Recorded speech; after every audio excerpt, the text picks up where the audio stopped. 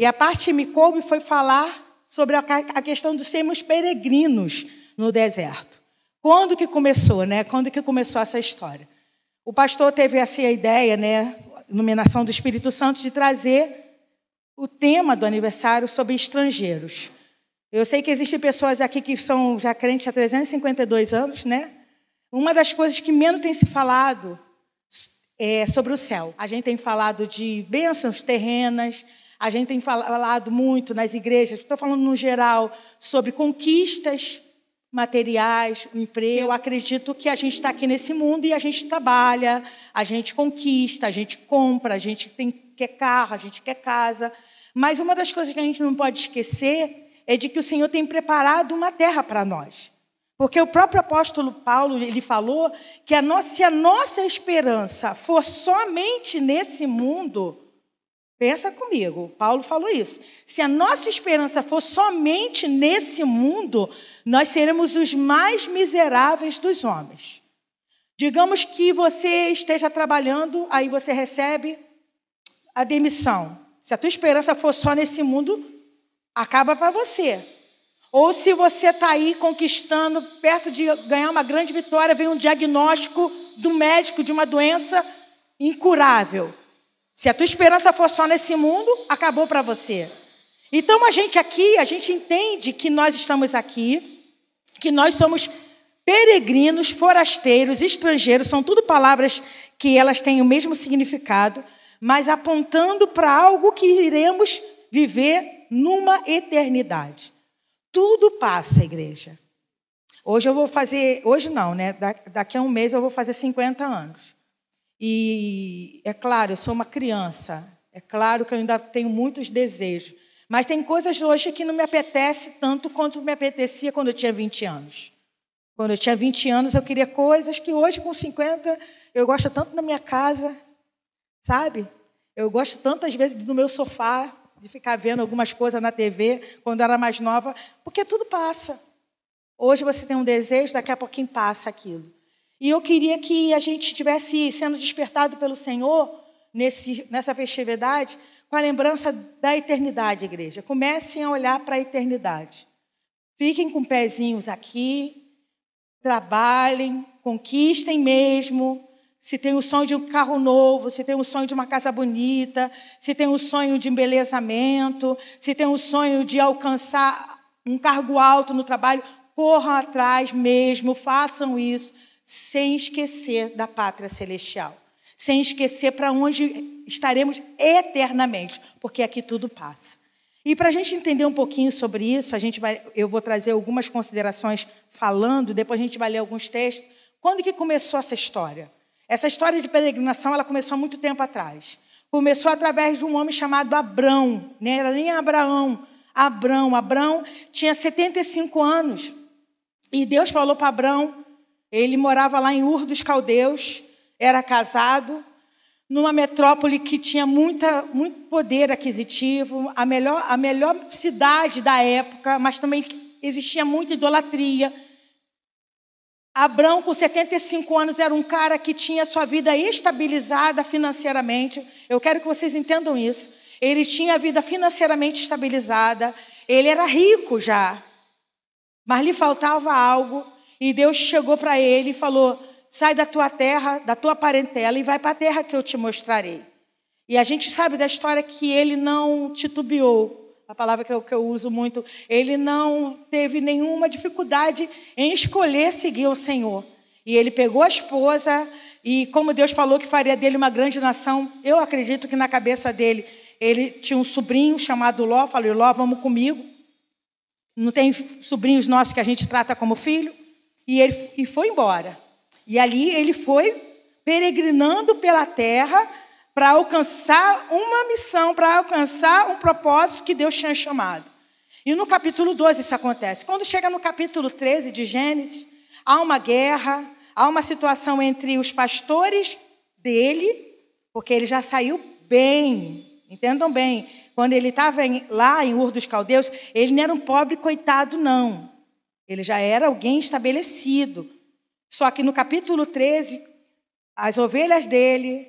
E as ovelhas de Ló, os pastores começaram a ter briga e houve uma escolha. Ló escolheu Sodoma e Gomorra e ele escolheu ficar no lugar que Deus queria que ele ficasse. No capítulo 14, há uma guerra onde acontece uma situação que o próprio Ló é escravizado, ele vai lá, luta com 5 reis, pega os despojos, aparece um sacerdote lá, que é Melquisedeque, ia falar Matusalém, mas não é Matusalém, Melquisedeque, ele entrega o dízimo para Melquisedeque abençoa ele. Aí chega no capítulo 15, que é o que a gente vai ler, Deus aparece para ele, porque até então ele não tinha filho, até então o nome dele ainda era Abrão, até então nada daquilo que Deus falou que faria estava acontecendo, mas enquanto isso ele ainda estava peregrinando, enquanto isso ele ainda estava andando pela terra.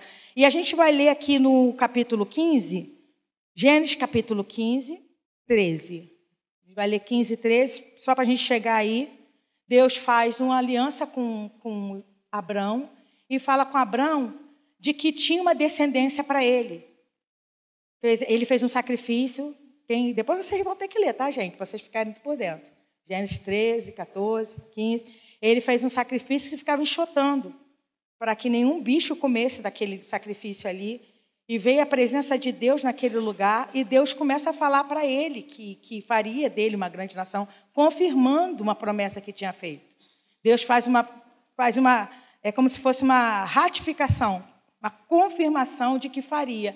E então Deus disse, vamos ler junto? Então disse Abrão, vamos ler junto, igreja? 1, 2, 3. Então disse Abrão, saibas de certo que peregrina será a tua descendência em terra alheia, e será reduzida à escravidão, e será afligida por 400 anos. Pode continuar. Mas também eu julgarei a nação a qual ela tem de servir, e depois sairá com grande riqueza. Só até aí. Depois a gente vai continuar na história, porque eu só tenho 10 minutos, então eu nem sei quanto tempo que eu comecei. Já passei muito? Então, só para vocês terem uma ideia. Deus chama ele no capítulo 12, aí já é capítulo 15. Capítulo 12, capítulo 15, já tinha se passado um tempo.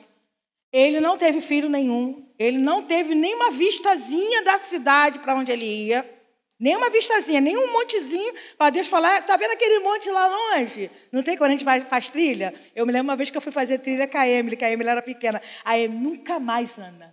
Lá na cachoeira, nunca mais me traz para esses negócios, porque eu não gosto. Foi assim, porque não tinha nenhuma pontinha para a gente falar, não, mas lá é legal, porque o caminho, geralmente o caminho é difícil.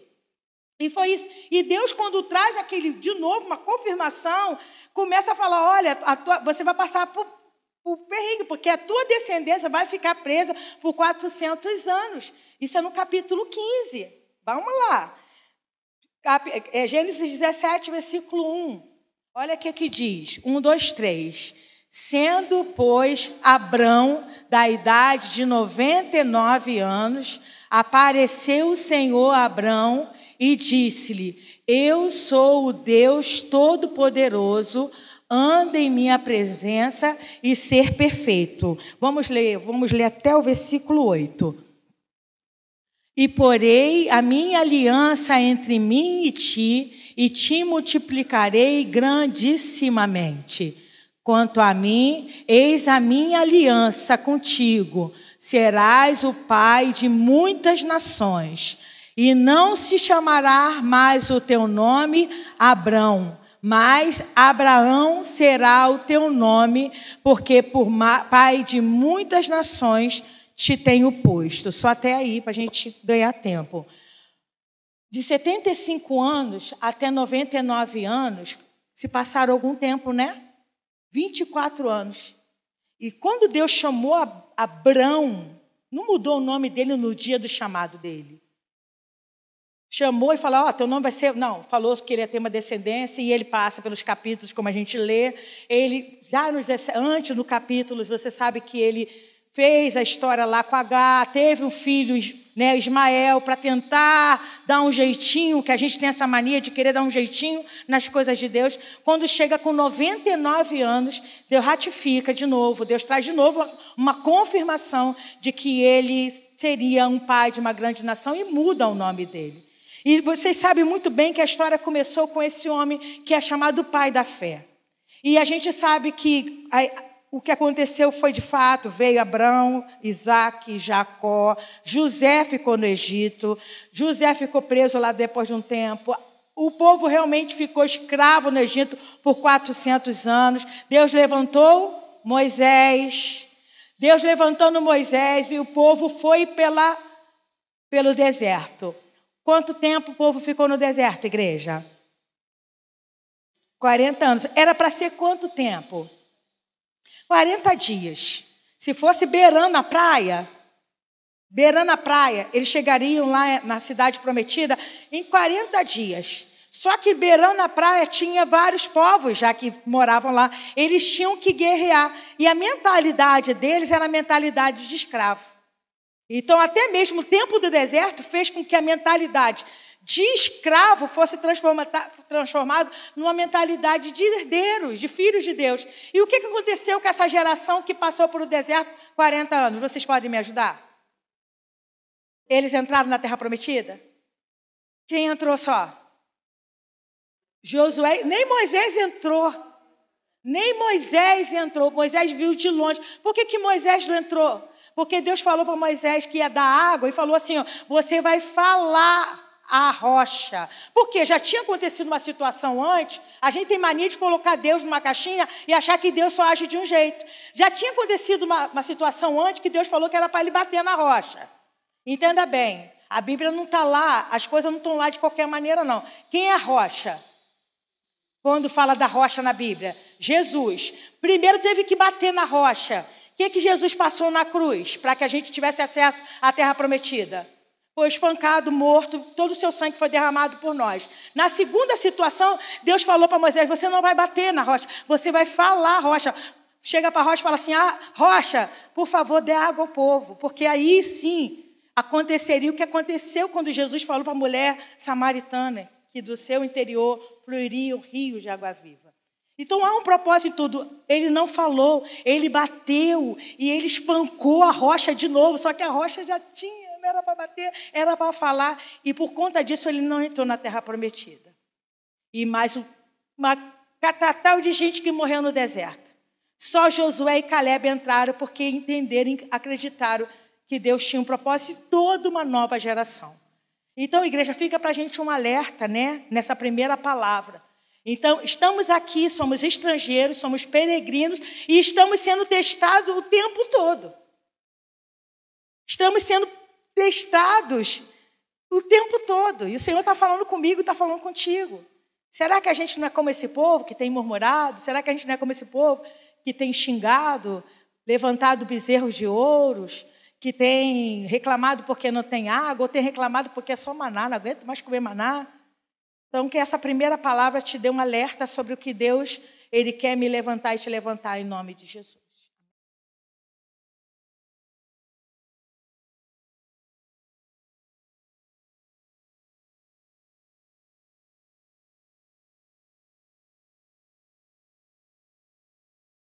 Nessa segunda parte do culto, eu vou estar trazendo sobre estrangeiros na terra. E eu peço para abrir lá em João 17.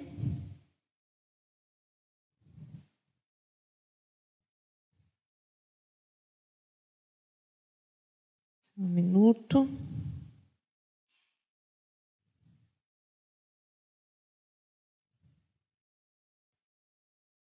A partir do versículo 6. E diz assim: manifestei o teu nome aos homens que do mundo me deste. Eram teus, e tu nos deste, e guardaram a tua palavra. Agora já têm conhecido que tudo quanto me deste provém de ti. Porque lhes dei as palavras que tu me deste, e eles as receberam, e têm verdadeiramente conhecido que saí de ti, e creram que me enviaste. Eu rogo por eles, não rogo pelo mundo, mas por aqueles que me deste, porque são teus. E todas as minhas coisas são tuas, e as tuas coisas são minhas, e neles sou glorificado. E eu já não estou mais no mundo, mas eles estão no mundo, e eu vou para ti. Pai Santo, isso é o próprio Cristo intercedendo por nós. Guarda em teu nome aqueles que me deste, para que sejam um, assim como nós. Estando eu com eles no mundo, guardava-os em teu nome. Tenho guardado aqueles que tu me deste, e nenhum deles se perdeu, senão o filho da perdição, para que a Escritura se cumprisse. Aqui Cristo está falando de Judas. Mas agora vou para ti, e digo isto no mundo, para que tenham a minha alegria completa em si mesmos. Dei-lhes a tua palavra, e o mundo os odiou, porque não são do mundo, assim como eu não sou do mundo. Não peço que os tires do mundo, mas que os livres do mal. Não são do mundo, como eu do mundo não sou. Santifica-os na tua verdade. A tua palavra é a verdade. Assim como tu me enviaste ao mundo, também eu os enviei ao mundo. E por eles me santifico a mim mesmo, para que também eles sejam santificados na verdade. E não rogo somente por estes, ou seja, pelos discípulos, mas também por aqueles que pela tua palavra hão de crer em mim, que somos nós hoje. Então, Deus, desde os tempos passados, como a pastora trouxe, já tinha esse entendimento de que o seu povo não pertencia a esse mundo. Desde lá de quando ele fez uma aliança com Abraão, ele já declarou, através até da própria história do povo, de que isso seria uma marca que permaneceria durante toda a história do povo de Deus, da peregrinação. Porque nós, como Cristo bem ressalta aqui, nem ele é, e se somos filhos dele, também não somos daqui. E é linda essa oração que o Senhor faz, eu peço para que vocês leiam depois com calma, quando Cristo intercede por nós, já está mais perto do momento da crucificação, ele poderia estar pensando em 1082 coisas, mas ele resolve orar por nós, pecadores, se preocupar com a nossa permanência em sua presença, mesmo talvez ansioso já por toda a dor que haveria de passar, e ele sabia que passaria. E ele reforça várias vezes nessa oração de que não somos daqui, como ele não é, mas de que somos dele e somos igualmente do Pai, e que o mesmo amor que o Pai ama a Cristo, ama a nós. E nesse mesmo pertencimento de um só coração que Cristo é com Deus Pai, Cristo também nos coloca nessa posição, através do seu resgate, mediante seu sacrifício na cruz. E, além disso, ele diz que não somos do mundo, mas ele diz que o mundo nos odeia, não por nós puramente, né? Mas porque levantamos uma bandeira a qual esse mundo não pertence. E, além disso, ele faz uma outra vocação. Apesar de não sermos daqui, ele pede para Deus nos guardar, não nos tirar daqui, né? Mas nos guardar aqui mesmo, para que tenhamos alegria completa nele. E ele ainda faz um último adendo. Assim como Deus enviou ele à terra, ele nos envia ao mundo. Para quê? Para a gente viver como a gente era antes? Não. Para a gente levar essa bandeira da nossa pátria, que não é essa daqui. Para a gente ser embaixador de Cristo aqui nessa terra. Para a gente não se conformar. Porque o que o diabo mais quer é uma igreja conformada. E Cristo sempre diz isso. Não se conforma com esse mundo. Não se deixa ser moldado por ele. Não se contenta com ele, porque o que eu tenho para vocês é muito maior, é muito além, é uma vida completa e eterna, cheia de paz. E depois, né, dessa oração de Cristo, como nós, estrangeiros, devemos viver? Peço para abrir lá em 1 Pedro, capítulo 2, versículo 11, que diz: Amados, peço-vos, como a peregrinos e forasteiros, que vos abstenhais das concupiscências carnais, ou seja, mantenham distância dos vícios da carne, que combatem contra a alma.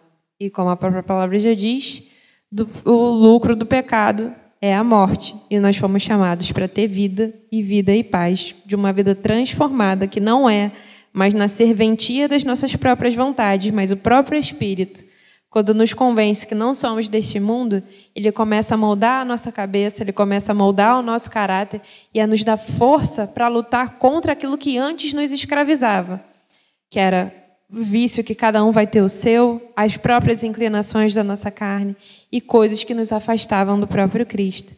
E para finalizar, peço para abrir lá em Hebreus, capítulo 11.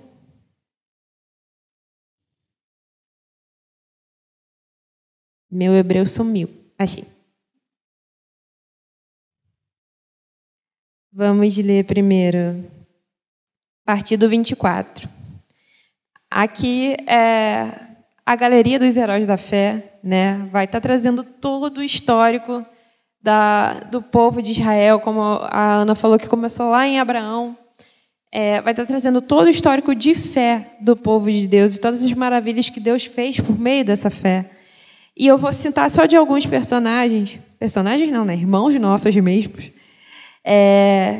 Começando por Moisés, que diz: pela fé, Moisés, sendo já grande, recusou ser chamado filho da filha de Faraó, escolhendo antes ser maltratado com o povo de Deus, do que por um pouco de tempo ter o gozo do pecado, ter a alegria do pecado de fazer parte de uma pátria que não era dele, tendo por maiores riquezas o vitupério de Cristo do que os tesouros do Egito, porque tinha em vista a recompensa. Pela fé deixou o Egito, não temendo a ira do rei, porque ficou firme como vendo o invisível.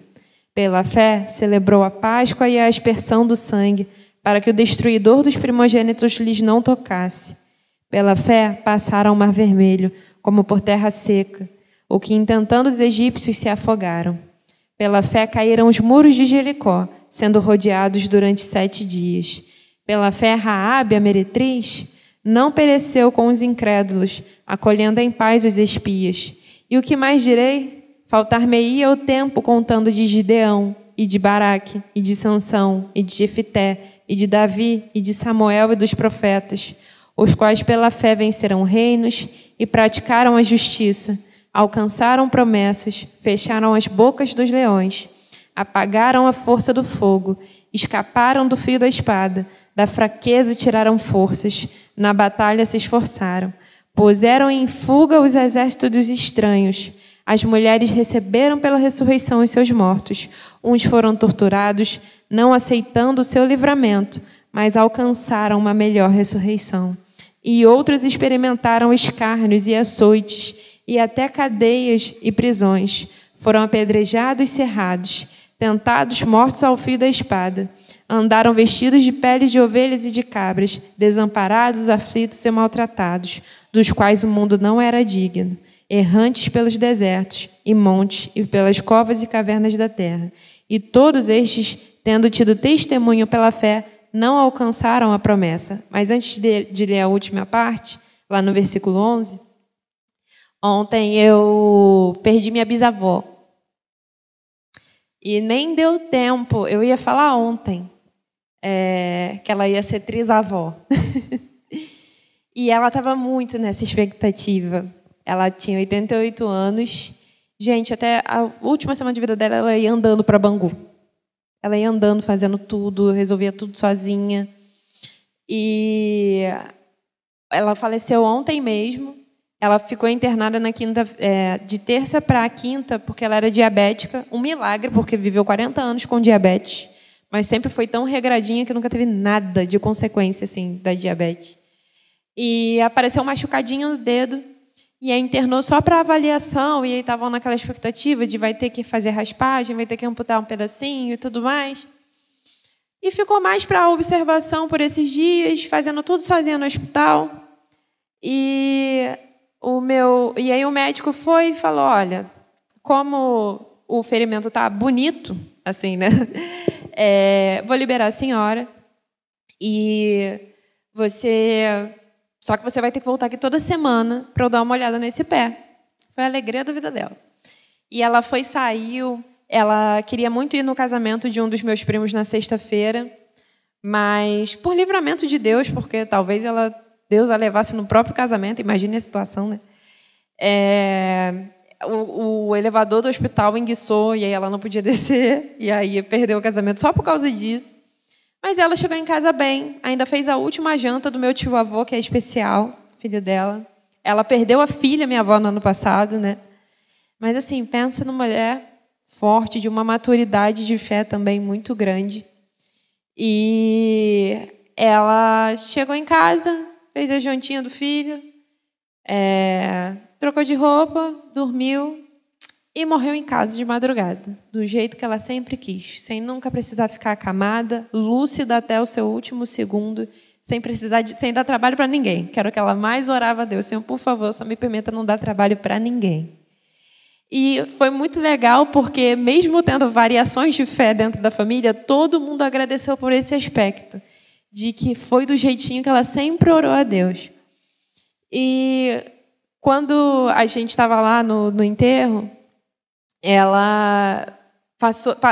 eles pedem, né, para a família fazer um videozinho da vida, com foto, com tudo mais. E foi muito gostoso ver as fotos, ver tudo, que ela é de 1937. E a gente ficou lembrando das histórias dela, lembrando. A parte que todo mundo mais chorou foi a parte da gelatina. Que ela fazia uma gelatina mosaico, que ela dava de presente de aniversário para todo mundo da família. E era a gelatina que tinha que ter no Natal, era a gelatina que tinha que ter na Páscoa, era a gelatina que, se ela estivesse presente, teria a gelatina. E, ao mesmo tempo, eu fiquei muito grata, eu falei, nossa, quanto ela viveu, né? Mas, ao mesmo tempo, eu pensei, gente, parece que passou muito rápido. Graças a Deus, vivi 27 anos com minha bisavó. Lúcida, assim, né? Completamente íntegra. Né? E eu ainda fico pensando assim, meu Deus, parece que não foi suficiente, parece que foi muito rápido. E eu fico pensando, gente, já pensou que tristeza seria se a vida de fato fosse só isso aqui? E ficamos tristes, enlutados, foi uma surpresa, afinal ela saiu completamente bem do hospital, né? Mas foi algo realmente fulminante. Ela ainda faleceu na cadeirinha que ela sempre gostava de sentar. E assim, é muito gostoso ter a presença de Deus e nessa presença a certeza de que daqui a pouquinho eu vou ver ela de novo. De que onde ela está é o lugar onde eu almejo estar. É finalmente uma estrangeira que voltou para sua doce pátria. E isso é a coisa mais gostosa. A minha avó, que é nordestina, ela conta que a melhor coisa que tem é o cheiro da terra dela. Toda vez que ela tem a oportunidade de ir para Natal, eu já fui com ela algumas vezes, quando a gente chega lá, ela fala, respira, Luiz, respira. É o melhor cheiro que tem. É cada coisinha, assim, é a comida e tudo mais. E eu fico pensando, e do mesmo jeito eu fico, se eu fico muito tempo lá, quando eu quero voltar para o Rio de Janeiro. E quando eu voltei para o Rio, depois que eu fiz algumas viagens, estou com saudade de casa, eu também senti esse cheiro. Eu ficava... Ai, o cheirinho de casa, é o cheirinho da minha terra. É uma coisa engraçada. Você volta dando valor para tudo aquilo que no dia a dia você nem percebe. E essa é a sensação que a gente tem que ter. A gente é peregrino, a gente não está em casa.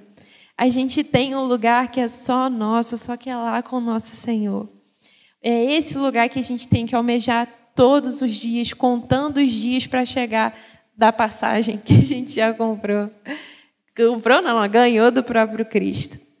E que a gente possa seguir os nossos dias de peregrino, mantendo-se, né, incontaminado do mundo, servindo aos órfãos e às viúvas e aos necessitados, mas com o mesmo olhar desses nossos irmãos aqui de Hebreus 11, versículo 11, que diz, pela fé, a mesma Sara recebeu o poder de conceber e deu à luz já fora da idade, porque teve por fiel aquele que o tinha prometido. Por isso também de um, e esse já amortecido, descenderam tantos em multidão, como as estrelas do céu e como a areia inumerável que está na praia do mar. Isso aqui falando de Sara e Abraão, né? Todos estes morreram na fé, sem terem recebido as promessas, mas vendo-as de longe e crendo-as e abraçando-as, confessaram que eram estrangeiros e peregrinos na terra. porque os que isto dizem claramente mostram que buscam uma pátria. E se na verdade se lembrassem daquela de onde haviam saído, teriam a oportunidade de tornar. Mas agora desejam uma melhor, isso é, a celestial. Por isso também Deus não se envergonha deles de se chamar seu Deus, porque já lhes preparou uma cidade. Que a gente possa viver como esses irmãos que morreram na fé sem ver Abraão, como a Ana falou, ele não viu a sua descendência numerosa. Muitos dos que foram chamados pelo Senhor não viram a concretização da promessa que Deus havia feito primeiro para ele. Mas eles morreram, mas com alegria, como vendo de longe, como vendo o invisível, crendo e abraçando. Com toda a fé, confessaram que eram estrangeiros e peregrinos na terra. Que a gente possa fazer esse mesmo voto com o Senhor. Amém? E a palavra que eu vou trazer hoje não é muito diferente do que elas trouxeram. E a pergunta é uma só. O que buscamos? Qual é o nosso maior objetivo? Eu vou ler novamente o texto que a Luli leu, que está lá em Hebreus, capítulo 11. Vamos ler? Vamos ver o que está escrito. A palavra de Deus é regra para as nossas vidas. Então vamos entender o que a Bíblia está dizendo? Vamos lá? Hebreus capítulo 11, eu vou ler a partir do 13 e a gente vai conversando depois um pouquinho. Diz assim: todos esses morreram na fé, sem terem recebido as promessas, mas vendo-as de longe e crendo-as, abraçando-as, confessaram que eram estrangeiros e peregrinos na terra. Esses homens que não alcançaram a promessa, eles confessaram, eles disseram: nós somos peregrinos na terra. Porque os que isso dizem, esses que confessaram isso, claramente mostram que buscam uma pátria. E se na verdade se lembrasse daquela de onde haviam saído, teriam oportunidade de tornar. Mas agora desejam uma melhor, isto é, a celestial. Por isso também Deus não se envergonha deles de se chamar seu Deus, porque já lhes preparou uma cidade. Olha só que coisa interessante. Eu gosto de assistir reality show de comida, né? É legal quando a gente vê reality show de comida, a gente quer correr para a cozinha para fazer alguma coisa. Ou então a gente faz antes, né, para não ficar com fome na hora do reality show. E todo reality show, qual é a palavra que as pessoas falam? Ou qual é a palavra que eles dizem? Quando alguém diz assim, qual é o teu propósito aqui? O que é dito? O que é falado? Quem pode me dizer? Ganhar. O propósito é ganhar. Mas por que mais? Por quê? Existe um prêmio.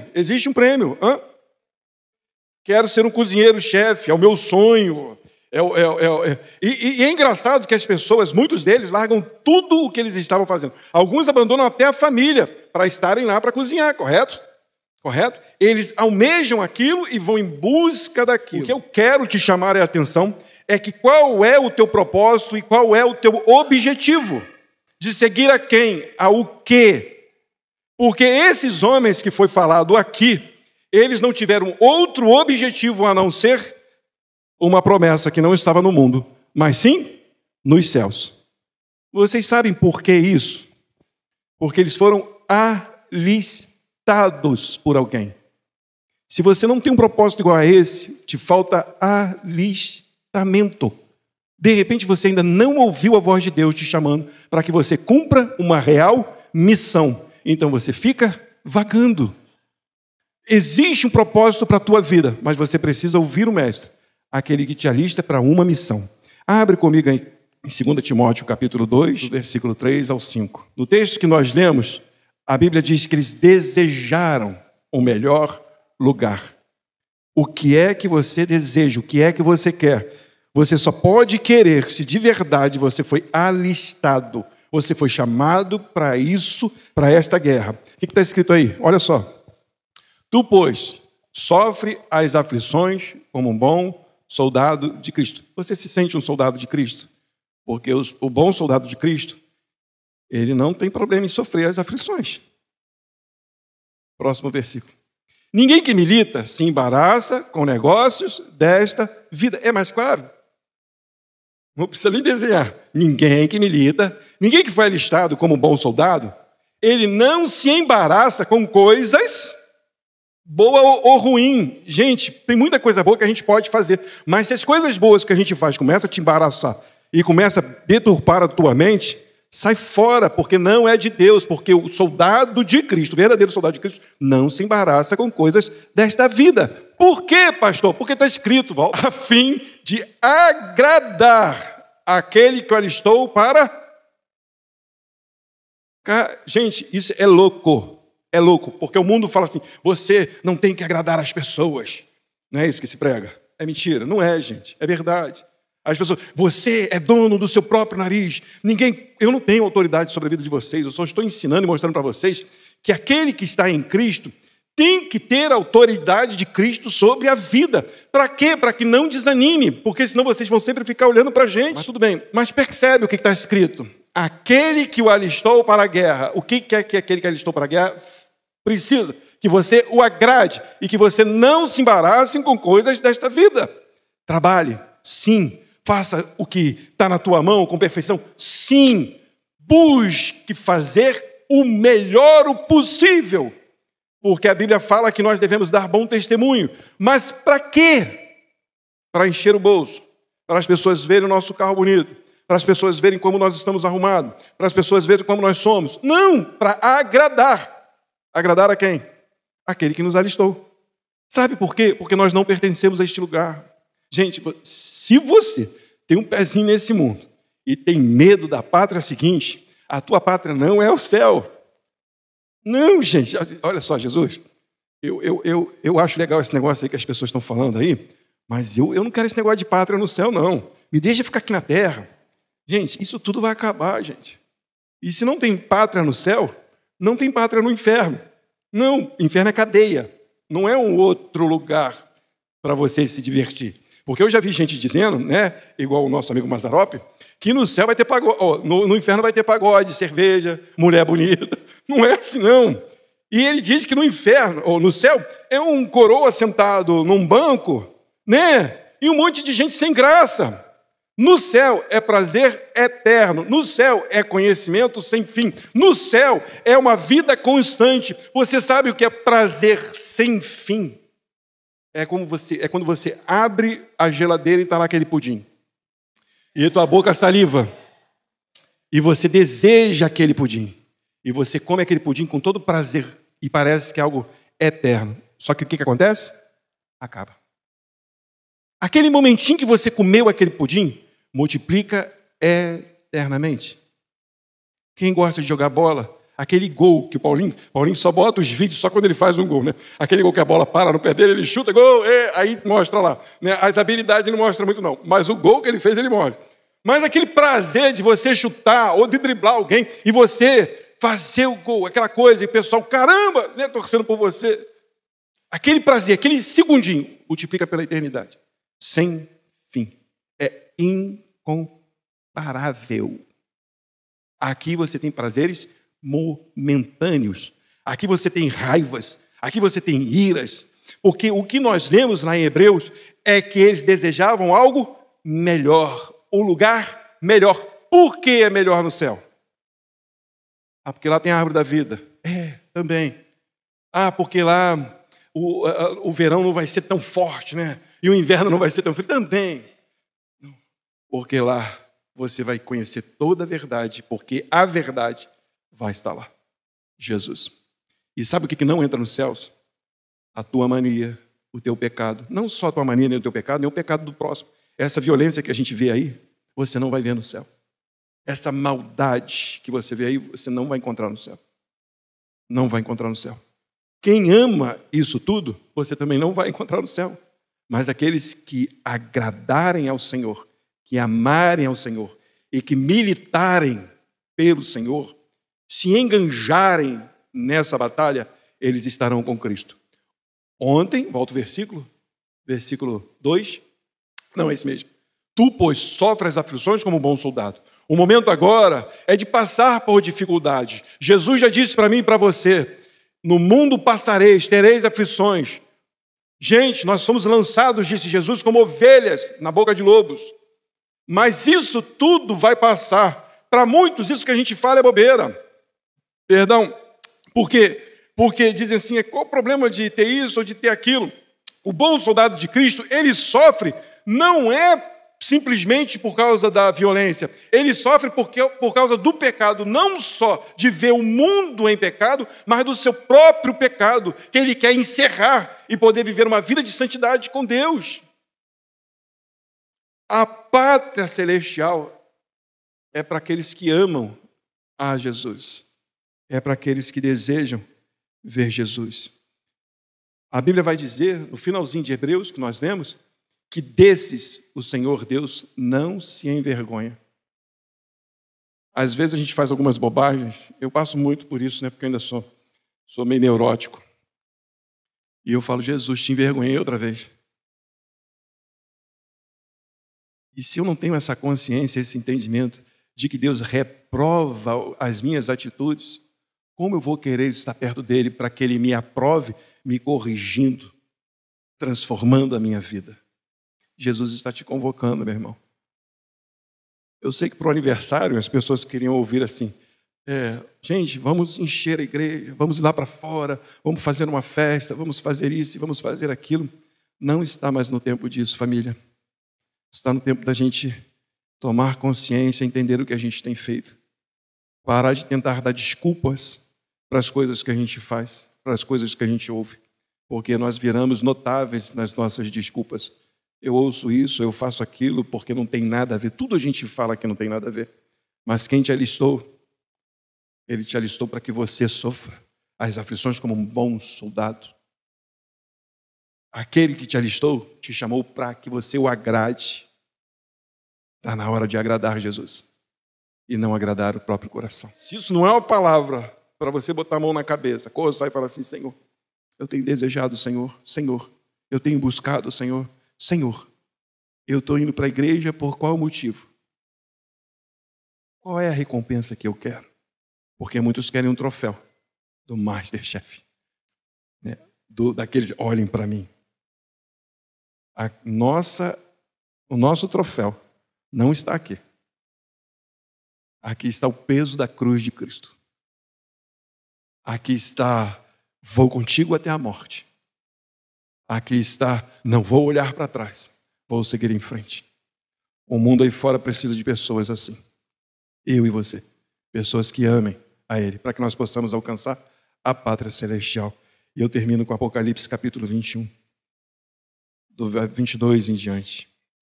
E nela, nos novos céus, na nova terra, quando o Senhor vier, e nela não vi templo.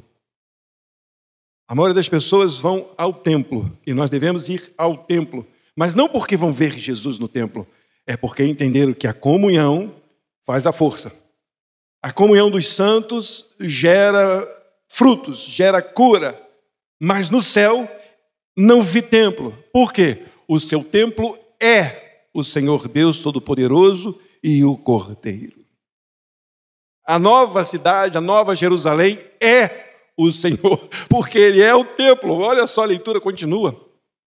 E a cidade não necessita de sol nem de lua para que nela resplandeçam, porque a glória de Deus a tem iluminado e o Cordeiro é a sua lâmpada. Coisa linda.